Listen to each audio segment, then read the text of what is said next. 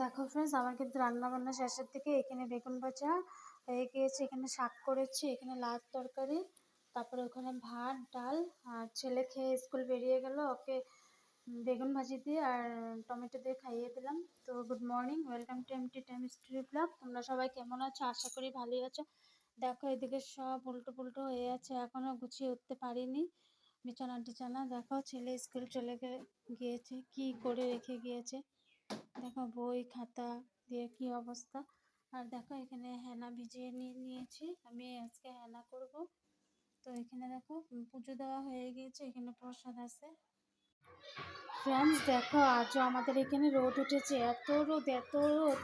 আবার গরম পড়ে গেল, মনে হয় এবার ঠান্ডা পড়বেই না, কার্তিক মাস চলে যাচ্ছে।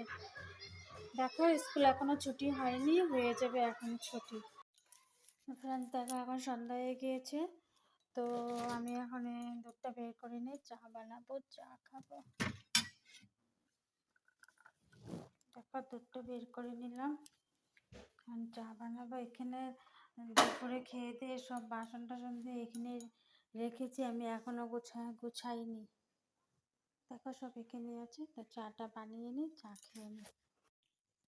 তো ফ্রেন্ডস দেখো, আমি এখন রাতের খাবার খাচ্ছি। আজকে ভাত করে নিই, রুটি করেছিলাম, ওদের দুজনকে রুটি করে দিলাম। আর আমার ইচ্ছে করলো অল্প ম্যাগি খেতে, তাই একটু ম্যাগি বয়েল করে নিলাম, ম্যাগি খাচ্ছি। তো tata bye bye, good night.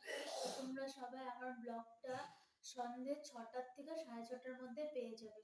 সবাই ওয়েট করে থাকবে, দেখবে। সবাই আমার ব্লগ দেখার জন্য নিমন্ত্রণ রইল।